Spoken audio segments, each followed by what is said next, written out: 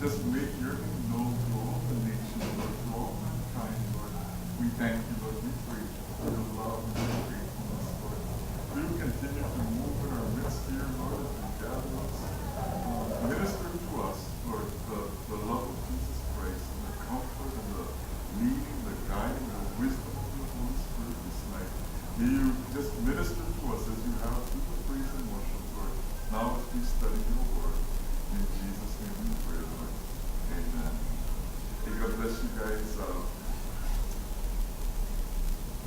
Good to see you folks. And just a couple quick announcements, guys. The River of Life Mission, our Christian Service of Mission, is going to be coming up later this month.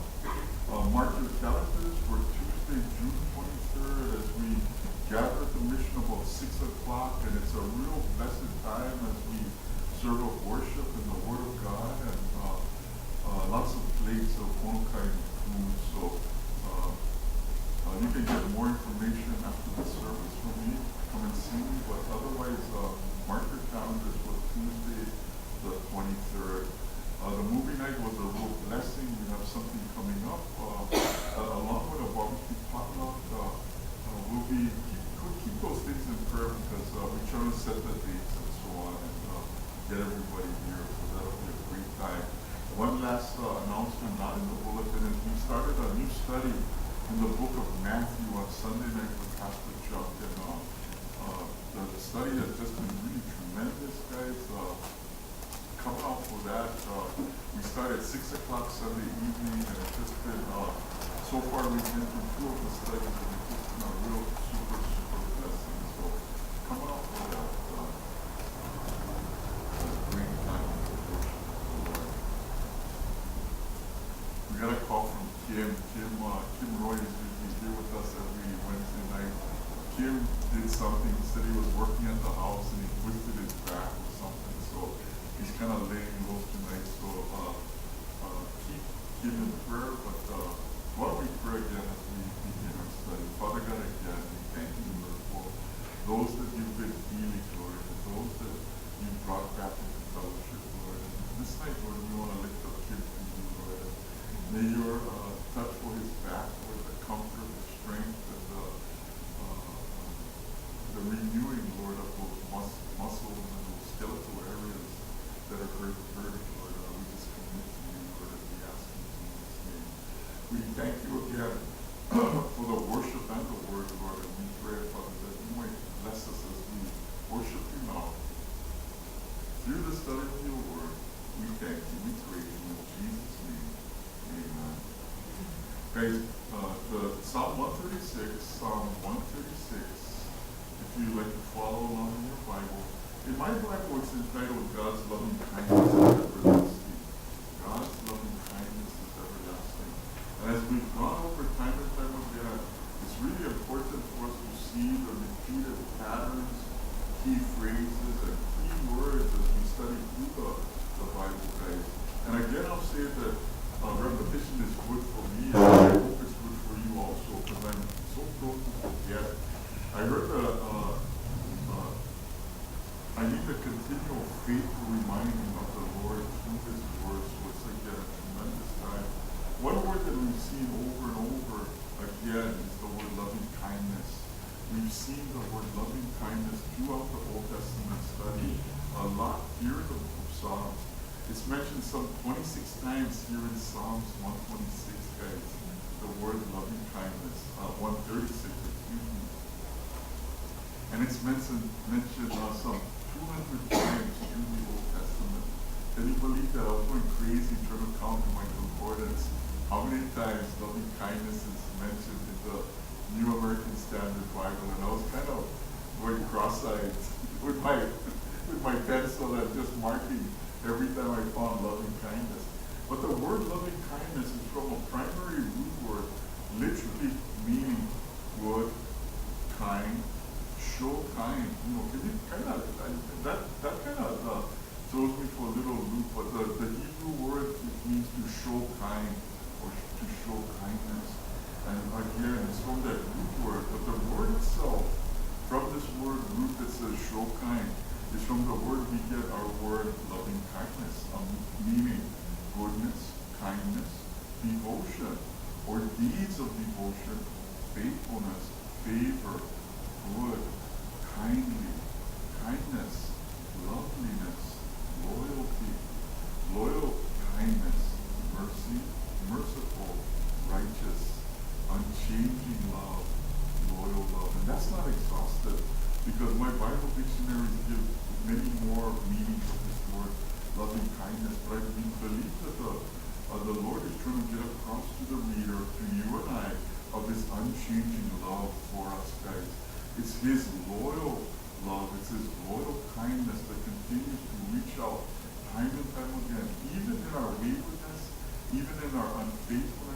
even at times we kind of just drift away from the Lord.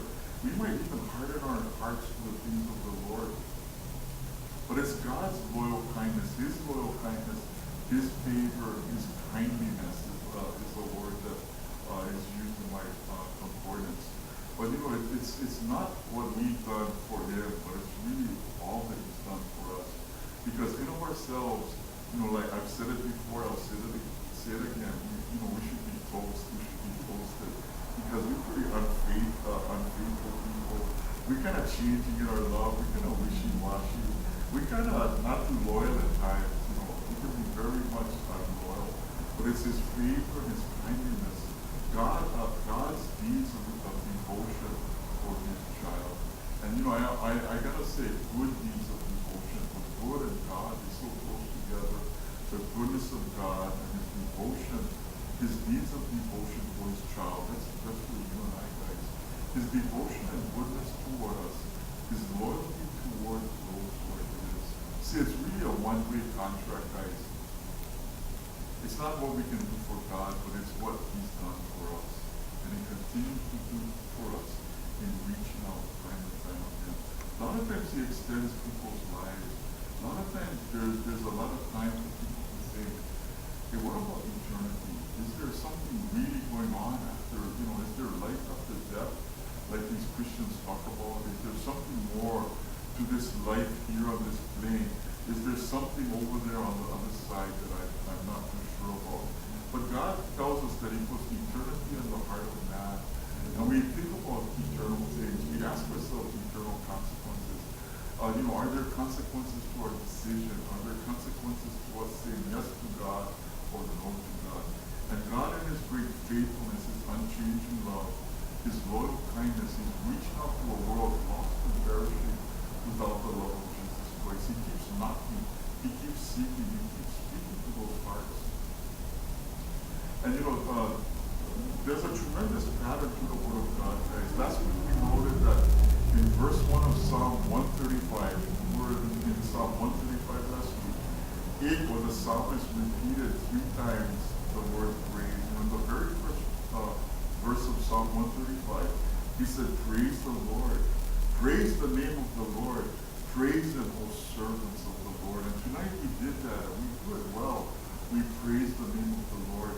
Praise and worship kind of goes hand in hand together.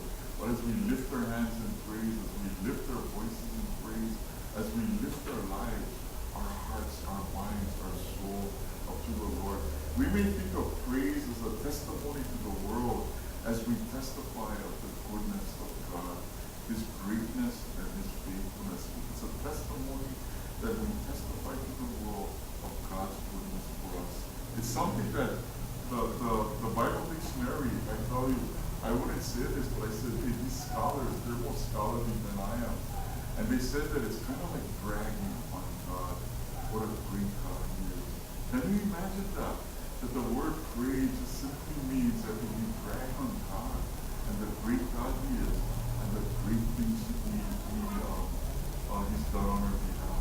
We sing, give praise to the Lord, our God and King. His love endures forever, for He is good. He's above all things. His love endures forever. Sing praise, sing praise, sing praise. Here now is the declaration to the world as we praise the Lord, His bragging rights. So it's actually our bragging rights as we brag on the things of the Lord, guys. We declare to the world the goodness of God. We declare, hey, our God is bigger than your God. Our God is better than your God. Our God reigns, man. And this is what we tell to the world. This is what we speak to the world. The goodness and the graciousness and the love of Jesus Christ. In verses 1 to 3 of Psalm 136, verses 1 to 3, it says, give thanks for the Lord, for He is good, for His loving kindness is everlasting. Give thanks to the God of gods, for His loving kindness is everlasting. Give thanks to the Lord of lords, for His loving kindness is everlasting. This is a psalm that is in response. It's a responsive psalm. I've heard this psalm read at Calvary Chapel, Costa Mesa. And usually the pastor reads the first part of the psalm where it says, "Give thanks to the Lord for he is good." And the congregants reply, "For his loving kindness is everlasting."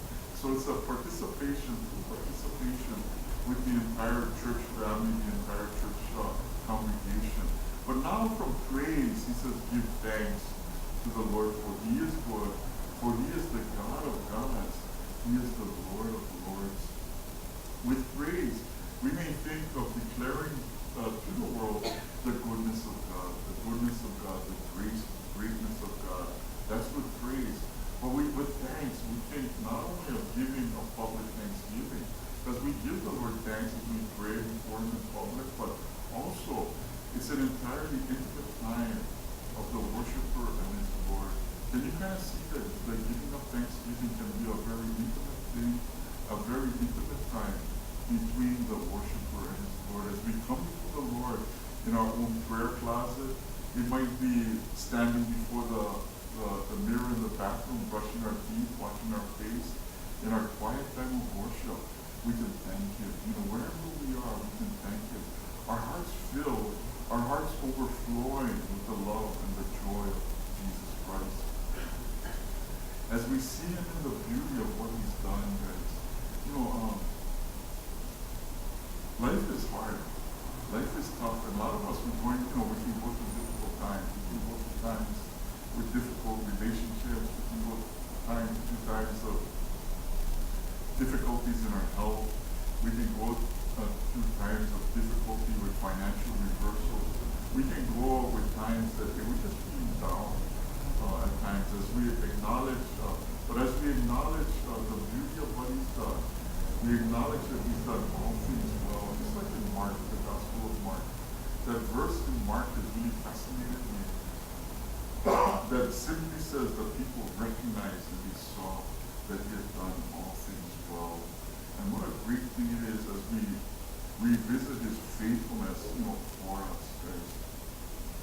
We see his love and joy and the beauty of what he's done. He's given us beautiful ashes.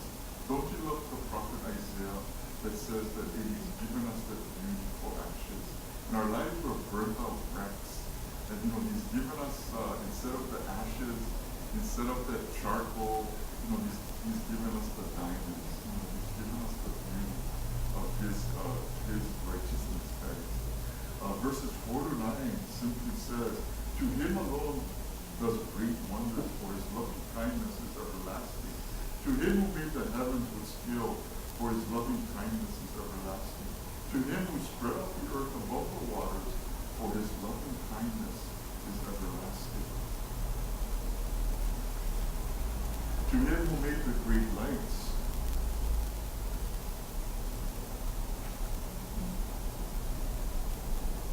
for his loving kindness is everlasting. The sun to rule by day, for his loving kindness is everlasting.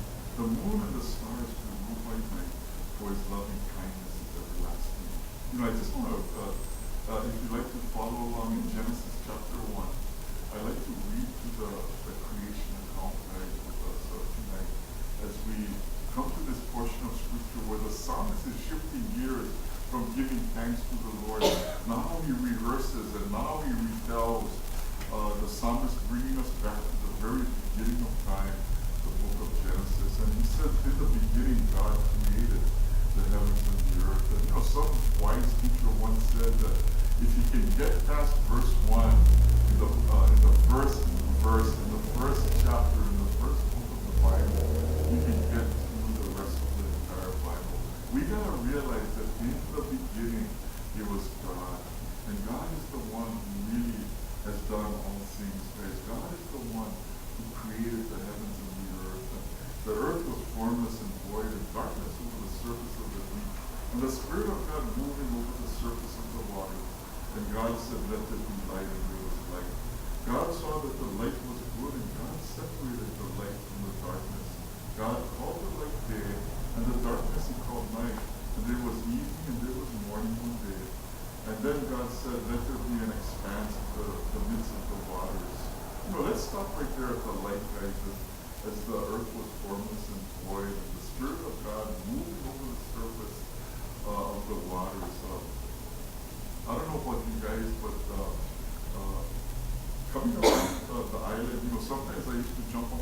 motorcycle early in the morning. It was still dark.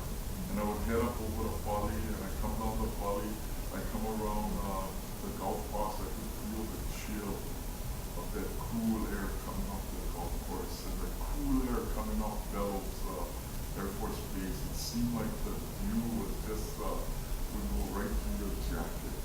But heading towards Waimanalo and looking out towards that east side as the sun came up, as you saw the sun peeking its head out, as you saw the sun rising, as you saw the sunburst coming out of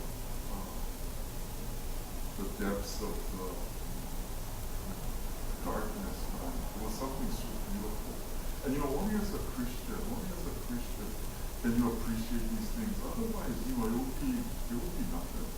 You would just see, hey, what, another sunrise, okay, another beautiful day at the Kiloville, and all this and that. But then you really appreciate, hey, God, you created the heavens and the earth. You turned the lights on. You created this beautiful sunburst coming out of the sky, coming out of the depths of the ocean, it would seem like. And I know why the Japanese, they worship the sun god. They were the kamikaze, they were the god of the wind. And they worship, they had that sunburst on their flag. They had that sunburst on the fuselage of their planes because they kind of worship the sun god. And rather than worshiping the creator, seeking the creator, they were worshiping the creation. But as a believer, as a Christian, as a younger Christian, that blew me away. I said, look at the beauty of the Lord, guys. And I'm by myself. I'm on the back of my motorcycle, and I'm just praising the Lord because He's created all of that. And God said, let there be an expanse in the midst of the water, and let's separate the waters from the waters. And God made the expanse for 7, separated the waters which were below the expanse from the waters which were above the expanse, and it was so. God called the expanse heaven, and there was evening and there was morning in the second day. Then God said, let the waters below the heavens be gathered in one place, and let the dry land appear in swollen waters. And God called the dry land earth, and the gathering of the waters He called seas.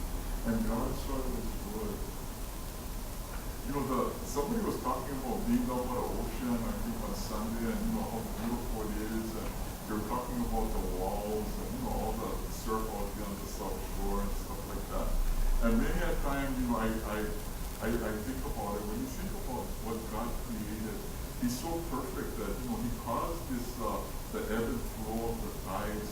He's caused the growth of the coral reef to be so perfect. And as our island archipelago sticks out of the water, rising thousands of feet from the ocean floor, it seems like these lumps of water come rolling in, and I would call them lumps. As I sat up there outside of Waikiki at this surf spot called Populars, it seemed like as I was looking into the deep blue sea, it was kind of a deeper water break. But you could just see a lump of water appear on the horizon. And this lump of water would just come rolling in, and slowly and slowly and slowly. And as soon as it just hit that perfect reef formation on the bottom, the wave just jacked up, and it stood up straight up and down. And you didn't even have to paddle one for the wave. You could just push the nose of your board down, and you were flying with that wave. And as you looked down that wall, you could see, man, that wall of water just standing up. And you would be pumping, trying to make that next section before the wave flew over. But God is so perfect, because I used to think as I sat out on my board, as a younger Christian, I thought, man, God, look at this. He created the heavens and the earth. Look at this beautiful sunset we got to enjoy. And it's not that, I'm enjoying the creation, but I'm enjoying the Creator, because God, you created the heavens and the earth. And if I can catch a wave once in a while, okay, better yet. That's a bonus, that's a blessing. But here I am, I'm out here worshiping you. And we come down to ground zero, guys, as the psalmist does. Here in Psalm 176, he says, praise the Lord. He says, give thanks to the Lord, for this is what He's done. He's created the heavens and the earth. He's good. He's done all things well.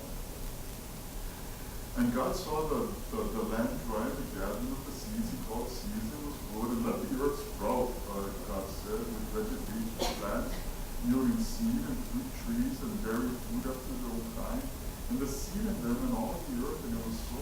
And the earth yielded forth vegetation, plants yielding fruit of their kind, and trees bearing fruit with seed in them, and after their kind, and God saw it was good. And there was evening and there was morning and a third day. You know, the goodness of God as He's created the things that just sprout out and with just a little bit of water, a little bit of topsoil, a little bit of macadamia nut husk, a little bit of soil is scattered on top of the black lava rock on the Big Island, and a little bit of water, it just sprouts and turns into an oasis in the middle of all the black lava. You know, sometimes you're driving down the coast and you can see all you can see is black lava on both sides. And then all of a sudden you see this lush tropical oasis. Oh, must be a resort over there. And sure enough, it's a resort with a hotel and so on and so forth. But they put a little topsoil out in the lava, they run the blade over the lava a little bit. You know, they put some vegetation there and it just sprouts. It just turns into something so beautiful. And God created this, and you know, if you've ever seen the wildflowers bloom in spring, I think, you know, I've seen pictures of that, and I could think that, hey, now I know why the people love to live here, because they just see from the wintertime, the spring comes around, and it seems that the earth is so full of life that it just gives birth to all of these colors, all of these flowers, all the beauty, all the life that it brings. And I think that God, as He pours out His water into our lives, guys, our lives begin to sprout. Those seeds that we planted, the things that we've done, you know, good things sprout. As the water of the Word, the water of the Holy Spirit comes into our lives, we sprout up. And it was good, God said. And God said, let there be lights in the expanse of the heavens to separate the day from the night, and let there be signs for the season, for days in the year.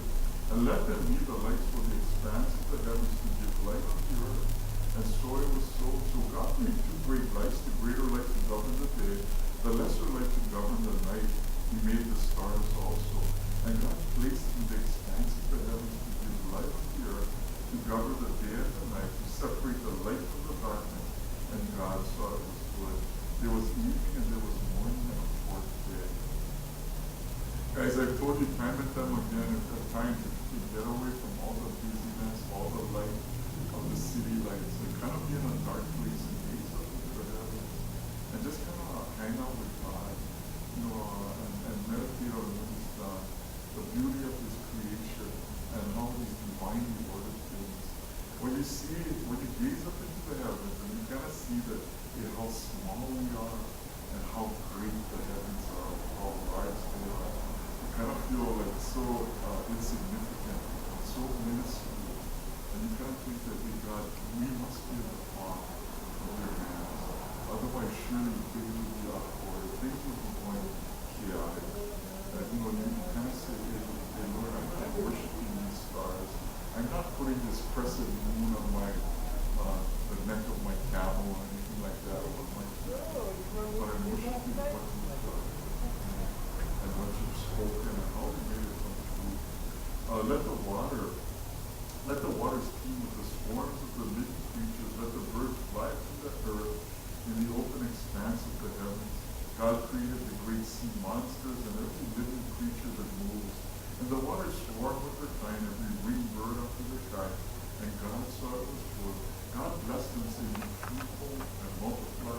Fill the earth, the waters and the seas, and let the birds multiply on the earth. And there was evening and there was morning and a fifth day. Lots of things going on. God was busy the first 6 days, but He was jamming. And you know, the fish of the seas, the birds of the earth, beautiful things going on, guys. I was talking to a guy who was in Alaska for the past week or so, and he said, oh yeah, I saw a lot of eagles, a lot of deer, a lot of whales, humpback whales, not too many seals, no walruses, no killer whales, but a lot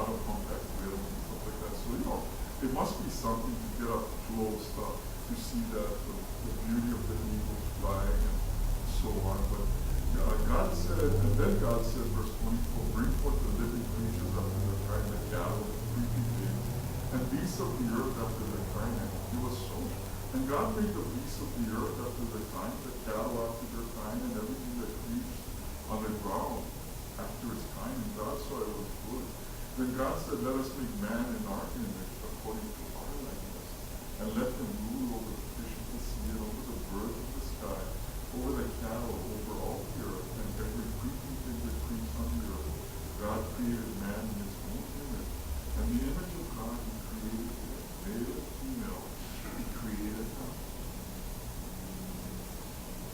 And God blessed them and said to them, be fruitful and multiply, fill the earth, subdue it, and rule over the fish of the sea, over the birds of the sky.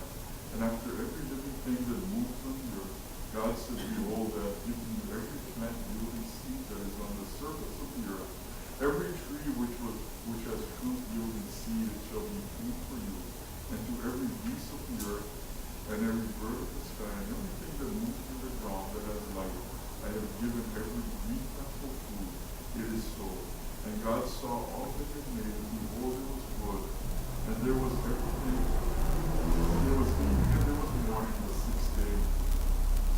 Thus the heavens and the earth completed, and all their hosts. And by the seventh day, God completed his work which he had done. He rested from the work he had done. Then God blessed the seventh day and sanctified it.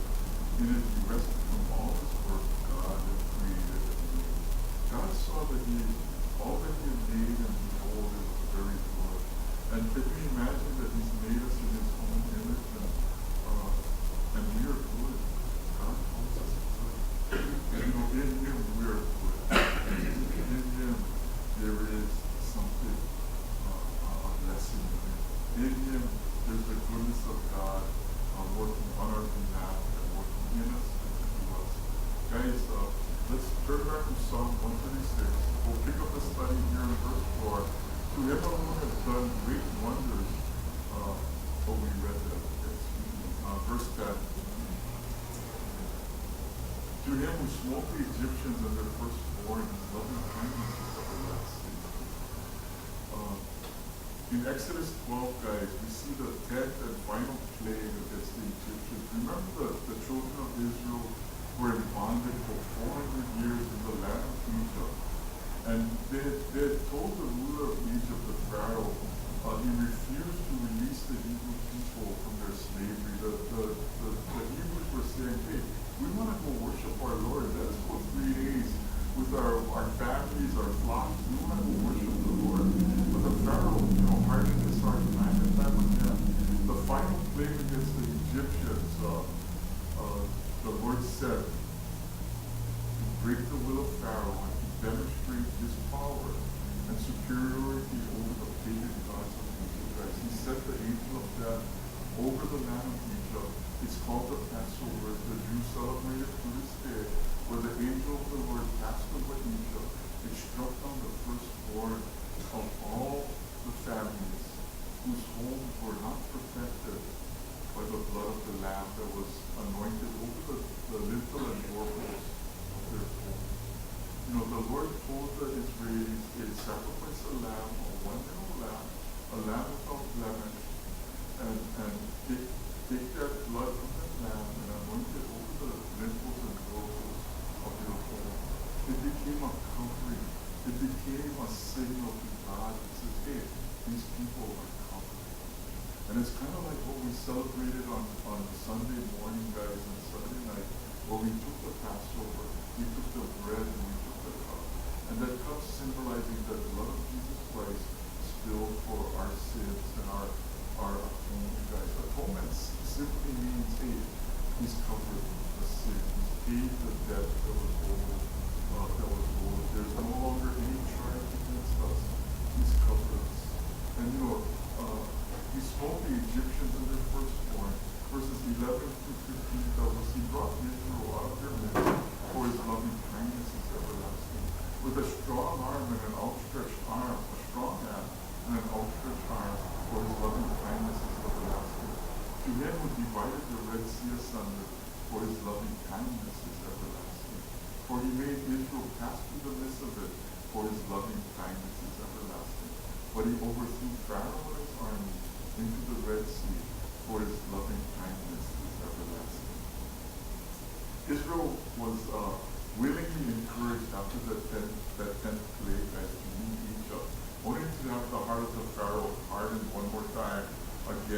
as he picked up hot pursuit the sons of Israel. Then and only then was he and his army decimated as they were overcome by the waters of the Red Sea. God parted the Red Sea as the children of Israel went through the Red Sea to cross over to the other side. Pharaoh and his army followed along, and they were decimated as the waters overcame them and just breathed under them.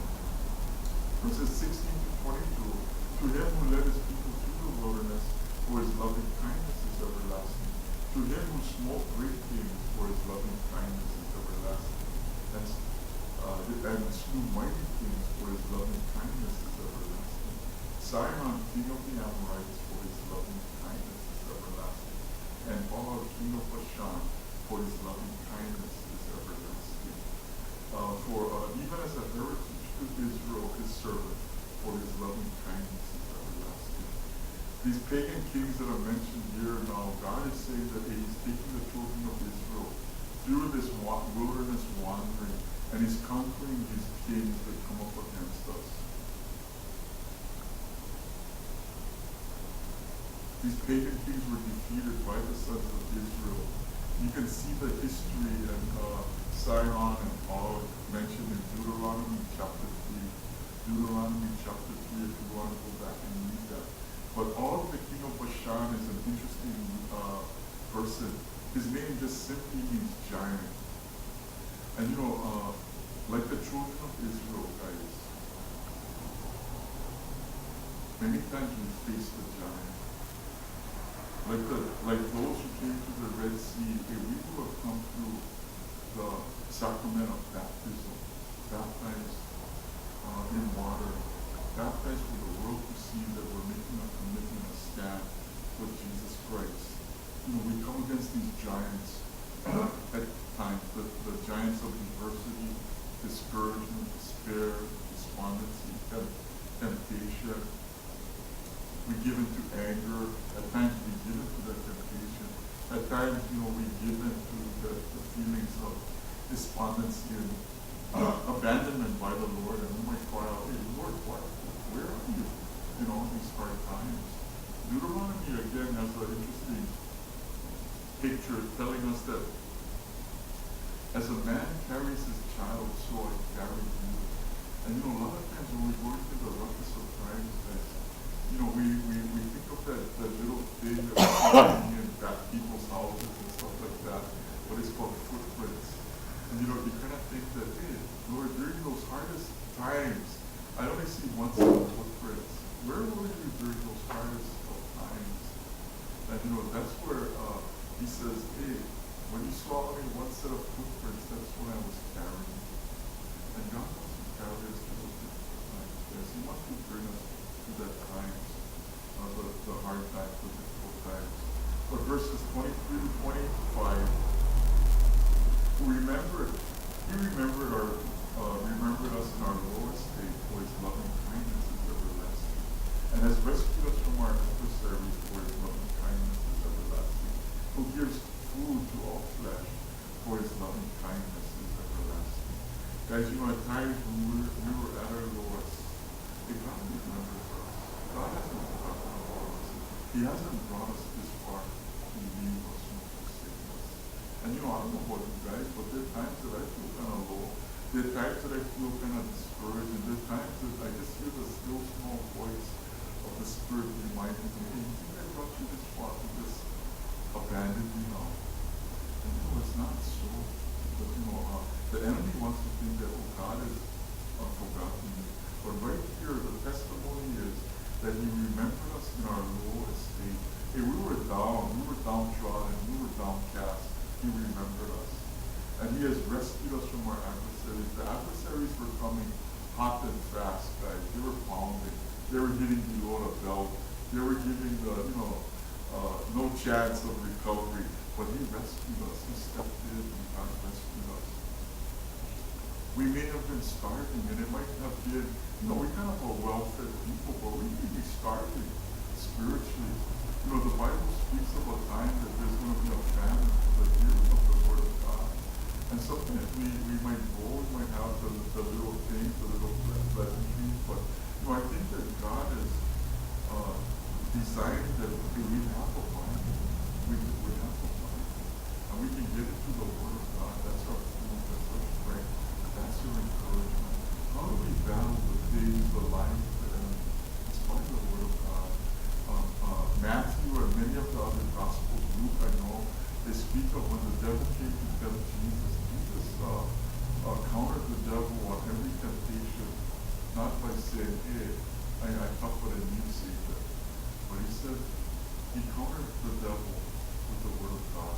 And much of it came out of the Old Testament as the Lord, just really says, hey, man shall not live by bread alone, but by every word that proceeds from the mouth of God.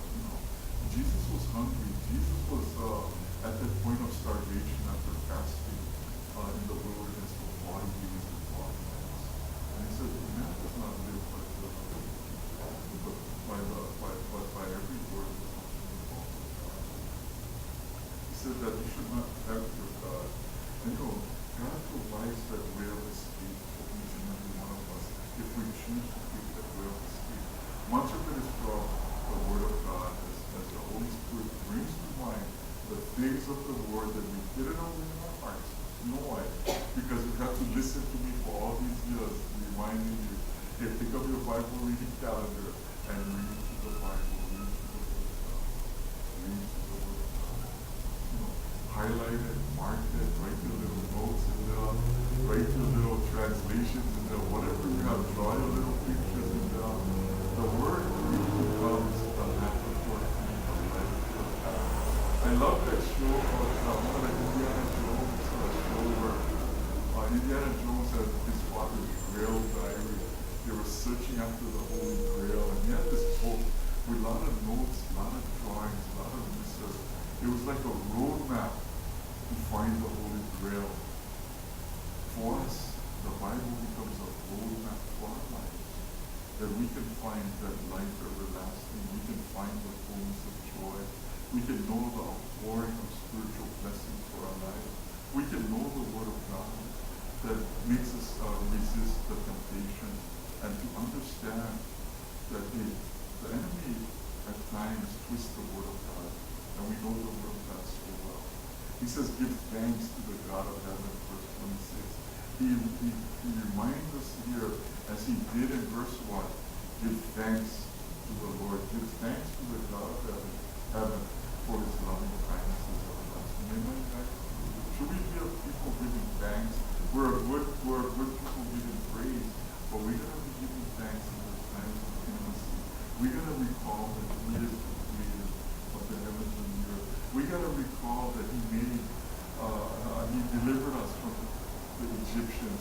Egypt really being a simple way of saying, hey, Egypt was that old sinful lifestyle we were once held in. And he overthrew these giants. And even as we face the giants like Bob that come our way, God is there. He's the giant killer. We have the giant killer, but he's the giant killer. And again, he remembered us, he rescued us, he gives us all the good stuff, all the good food. Give thanks to the God of heaven. And Father God, we want to give you thanks this night, Lord, for your loving kindness is everlasting, Lord. We thank you, Lord. We praise you for the reminder you bring, Lord, that we ought to be a people of not only of praise, but of thanksgiving, Lord, as we give you all the honor, all the glory, all the praise, which is so rightfully yours. Help us to remember, Lord, that we need to be spending time in the quietness of our own hearts, in your word, Lord, in worship, in prayer, Lord, in praise. We thank you for your faithful reminders, Lord. And we thank you for the faithful promises we have in your word. We ask your blessing now as we go this week, Lord, and give us traveling mercies and continue that we might remember his loving kindness in his word. We thank you